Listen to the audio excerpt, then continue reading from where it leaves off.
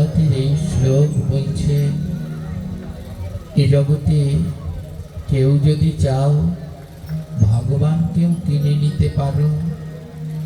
এ জগতে কেউ যদি চাও ভগবানকেও কিনতে পারো, কিন্তু ভগবানকে অর্থ সম্পদ টাকা সোনা দানা এসব দিয়ে গোবিন্দকে কেনা যায় না। এ জগতে ভগবানকেও কিনে নেওয়া যায় বলে ভগবানকে আবার কি দিয়ে কেনে? গ্রন্থের এই শ্লোক বললেন, তুলসী দলে মাত্র না জলেশ্বরকে বলে ভগবানকে কি দিয়ে কিনবে জানো? এ জগতে যার সামর্থ্য আছে সে তো কত কিছু ভগবানকে দেয়। বলে যার সামর্থ্য নেই সে অন্তত দুটো তুলসী গোবিন্দকে দাও, ভগবানকে দুটি তুলসী দাও, আর সেই তুলসীর সাথে দুফোঁটা নয়নের জল দিয়ে দাও। এ জগতে কেউ যদি প্রতিদিন তুলসী আর নয়নের জল দিতে পারে, ভগবান তার কাছে চিরতরে কেনা হয়ে থাকে।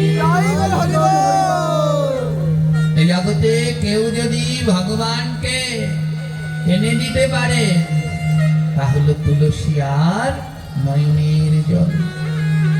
গৌর হরি আমার গোলকে ছিলেন, আর গোলকের সেই হরিকে ভুলকে নামিয়ে আনলেন শ্রী অদ্বৈত প্রভু। কি দিয়ে নামালেন? গঙ্গা জলারে তুলসী দিয়া গৌরা নীল রে, শান্তিপুরের বুড়া ঠাকুর বলে সবাই রে। অদ্বৈত প্রভু আমার প্রতিদিন গঙ্গার জলে তুলসী দিতেন। গৌর এসো বলে, গৌর এসো বলে প্রতিদিন গঙ্গার জলে তুলসী দিতেন। আর সেই তুলসী দিতে দিতে সেই গোলকের হরি গৌর হরি হয়ে ধরা দিলেন। হে ভক্তগণ, আমাদের কাছে তো গঙ্গা নেই বলে কে বলেছে নেই? প্রত্যেককেই গোবিন্দ দুটো করে নদী দিয়ে দিয়েছেন। এই যে দুটো নয়ন, গঙ্গা আর যমুনা, বলে এই নয়নের জল আর তুলসী পত্র। প্রতিদিন প্রভুর চরণে নয়নের জল দিয়ে তুলসী পত্র দাও, আর বলো গৌর এসো হে। এই নয়নের জল আর তুলসী দিতে দিতে একদিন সাক্ষাৎ গৌর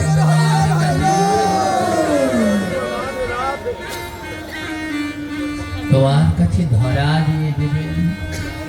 ওমা ধ্যান দিন, আমাদের স্বরগোস্বামী,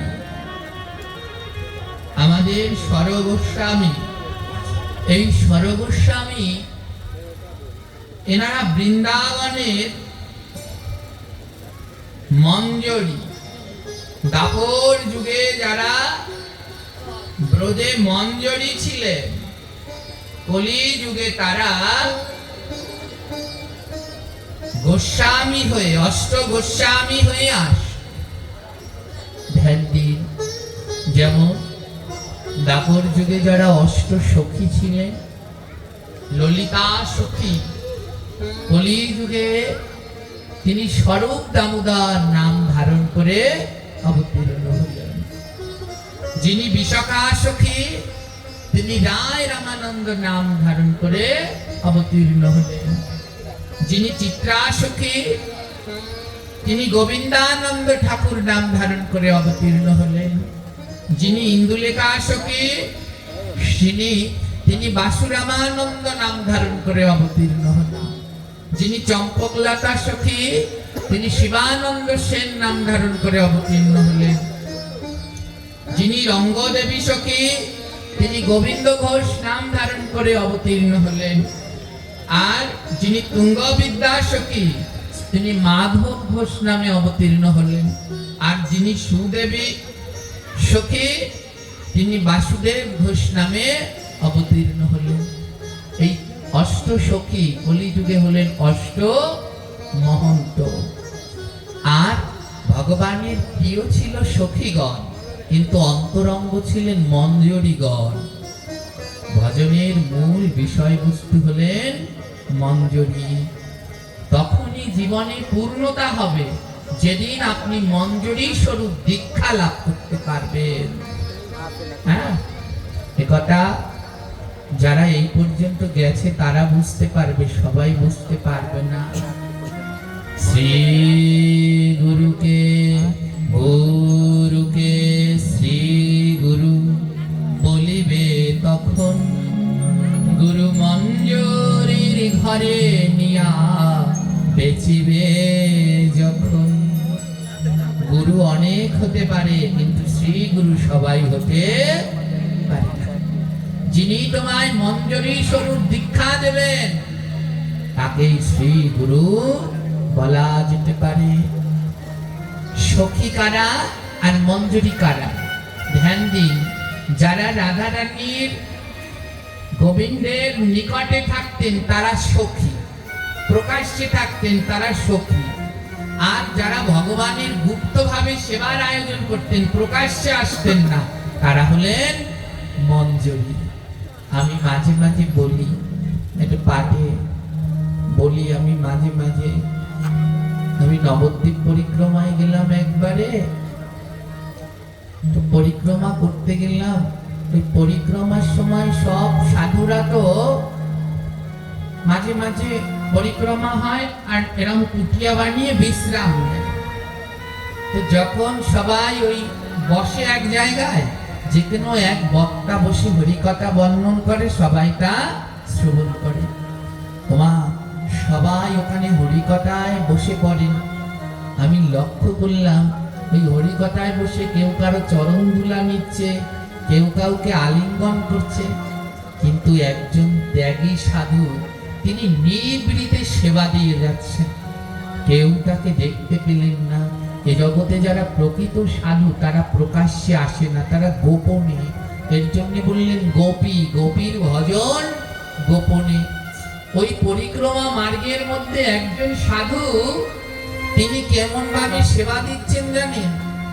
সবাই ওখানে বসে ভক্তের চরণ দুলা নিচ্ছেন, আর একজন সাধু এই একটা গেট, সবাই যেমন ঢোকার সময় জুতোগুলো পাদুকাগুলো দরজার সামনে রেখেছেন, একজন সাধু কি করছেন জানেন? ওই জুতোগুলো রেখেছেন না, উনি জুতোগুলো মিলাচ্ছেন।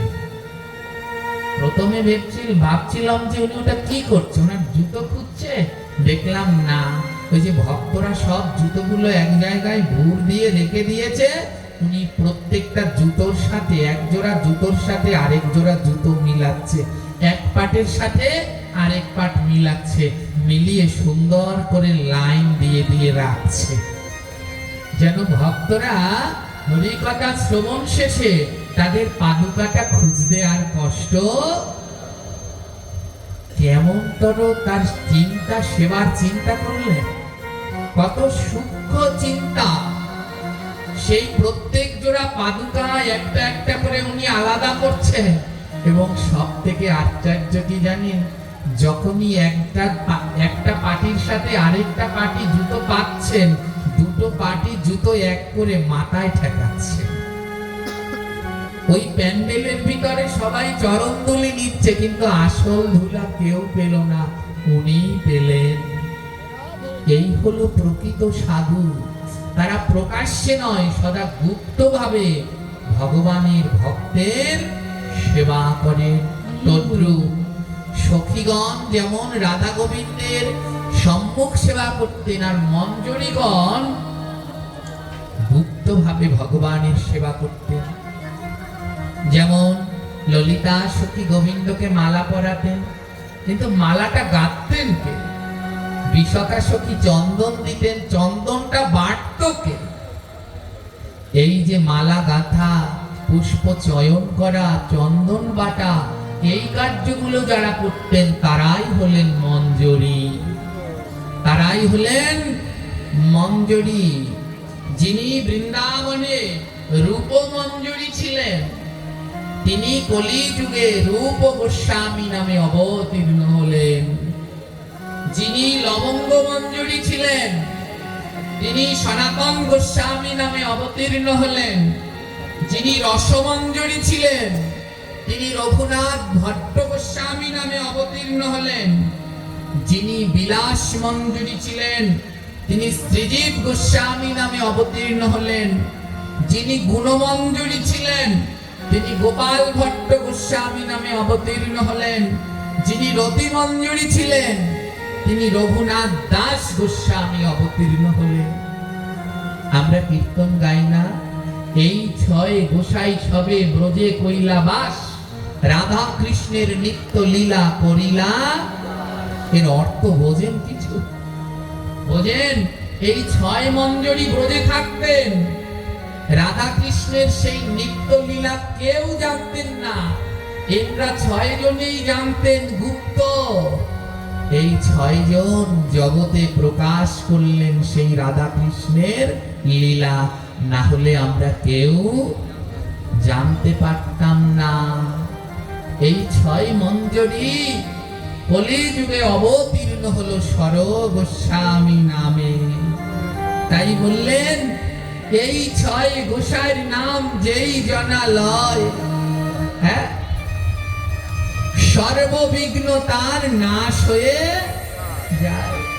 যত বাধা বিঘ্ন আছে এই ছয় গোসাইয়ের নাম স্মরণ করলে পরে সমস্ত বাধা বিঘ্ন দূর হয়ে যায়।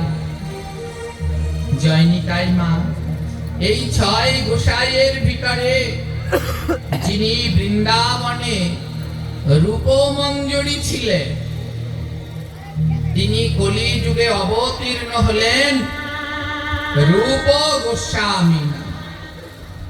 যিনি রূপমঞ্জরি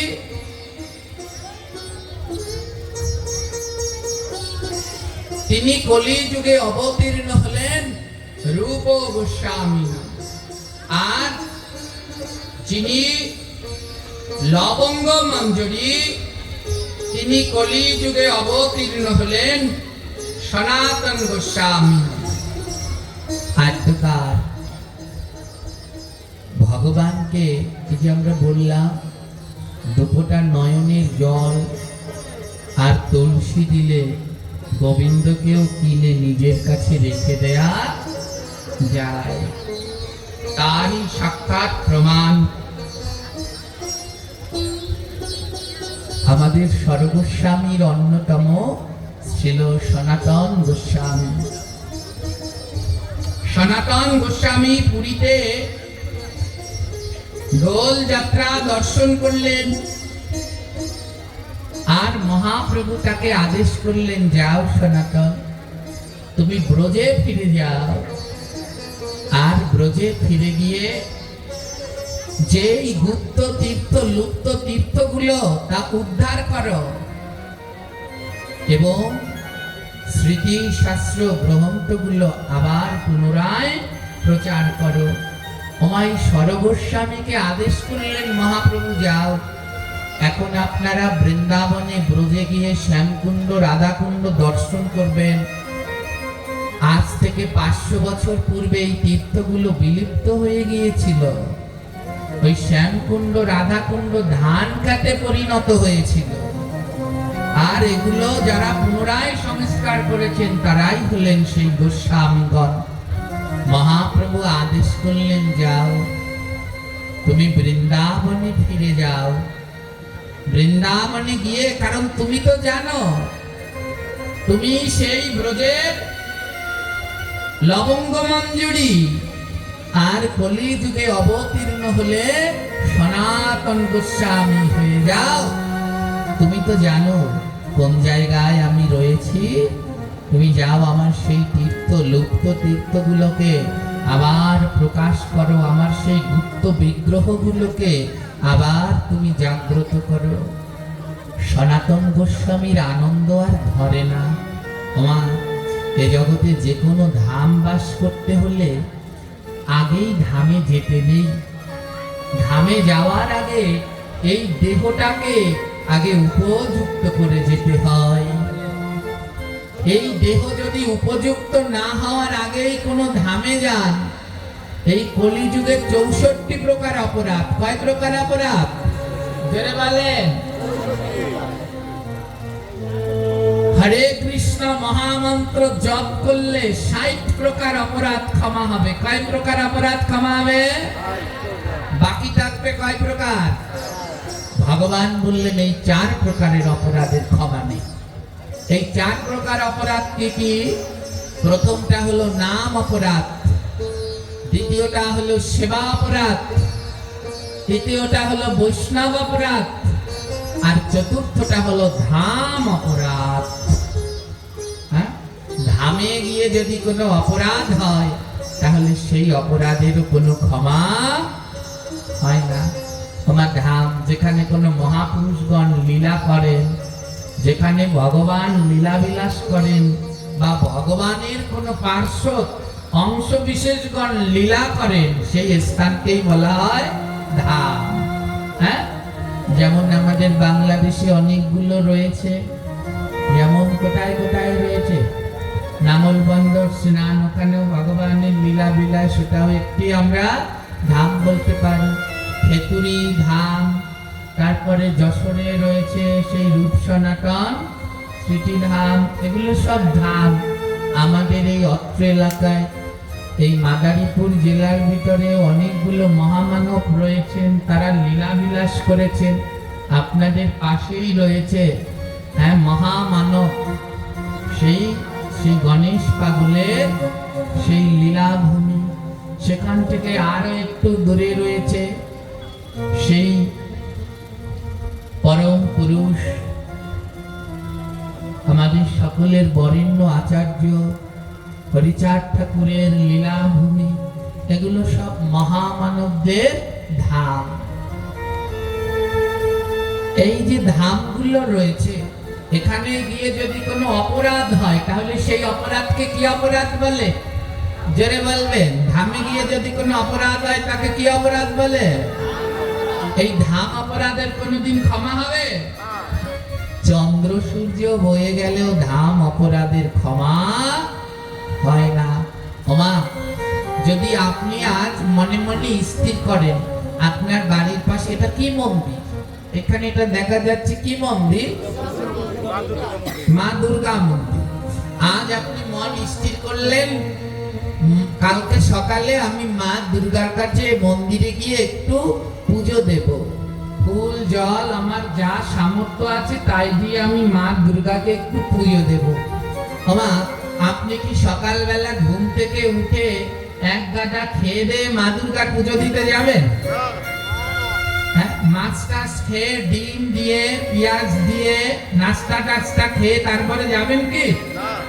এ যে বোকা সেও বোঝে যে না, আমি সকালবেলা মাকে পুজো দিতে যাব, হে অখাদ্য নয়, সকালবেলা একটু উপোস থেকে যতটা পারি না খেয়ে মায়ের পুজোটা দিয়ে এসে তারপরে আর যদি খাওয়াও লাগে তাহলে আমি সাত্বিক আহার করে, নিরামিষ সাত্বিক আহার করে তারপরে আমি মায়ের পুজো দেব। কথা ঠিক না ভুল? জোরে বলবে। ঠিক হলে জোরে বলবে না। দেখেন না আমাদের পার্শ্ববর্তী ধর্মে ওয়াজ করে, যেই না বলে ঠিক, এমন জোরে ঠিক বলে ওরে বাবা চাল উড়ে গেছে কিনা সেও খেয়াল নেই। হ্যাঁ, তো মন্দিরে গেলে পরে কি সাত্বিক আহার করে যেতে হয় না? হয় না? আর যদি সেখানে অখাদ্য কুখাদ্য পেটের মধ্যে নিয়ে যাই তাহলে অপরাধ না? অপরাধ না? জোরে বলবেন। আপনারা সাধারণ বিবেক দিয়ে বলবেন, ভুল হলে বলবেন আমায়। এবারে কোন ধামে যদি গিয়ে কোনো অখাদ্য কুখাদ্য খাই তাহলে সে কি অপরাধ না? অপরাধ না? একটা ধামে গেলাম, একটা তীর্থে গেলাম, সেখানে গিয়ে কি শূকরের মাংস খাওয়া যায়? মুরগির মাংস, ডিম দিয়ে পরোটা, তাহলে কেন খাওয়া হচ্ছে? এই তো আর কদিন পরেই গণেশ পাগলের সেই বাংলাদেশের কুম্ভ মেলা বলতে পারেন যাকে। বাংলাদেশে দক্ষিণ অঞ্চলে এত ভক্ত আর কোথাও। হায় ভগবান, যদি যান, আমি তো অবাক হয়ে গিয়েছি একদিন, এই যে আমাদের এই ছোট যাওয়ার জন্য লাফাচ্ছে, আর ও তো দুর্জয় তো শুধু বারবার বলছে তোরে জমনে যাওয়ান যাওয়াবো। কারণ আমরা একবার গেলাম আর গিয়ে দেখি একটা মাংসের দোকান, সেখানে লিখেছে রাধা কৃষ্ণ শুয়োরের মাংস, দোকানের নাম দিয়েছে। এর থেকে পাপের আর কিছু আছে? এইগুলো মহা মহা অপরাধ। জানি না যারা এই দোকানগুলো দেয় তাদের বা কোন বিবেক যে আমরা এত বড় এক মহামানবের লীলাভূমিতে এসেছি, সেখানে কেন এই মাংসের দোকান দিচ্ছি, সেখানে কেন এই ডিমের পেঁয়াজ রসুনের দোকান দিচ্ছে। আর যারা এগুলো খাচ্ছেন, আমি চিন্তা করি এদের কি বিবেক বলতে কিচ্ছু নেই? গেল তীর্থ করতে, ওখানে পুণ্য অর্জন করার জন্য গেল, তো ওখানে কি শুয়োরের মাংস মুরগির মাংস খাওয়ার জন্য যাচ্ছে? কি অবস্থা আমাদের! আপনাদের আগে থাকতেই তাই সাবধান করে দিলাম মা, এই ধামে গিয়ে যেন কেউ ধাম অপরাধ করবেন না, তাহলে সেই অপরাধের আর রেহাই হবে না, সেই অপরাধের আর রেহাই হবে না। তাই সবাই বড় সচেতন থাকবেন, কোন ধামে গিয়ে যেন কোনো অখাদ্য কুখাদ্য আমরা না খাই।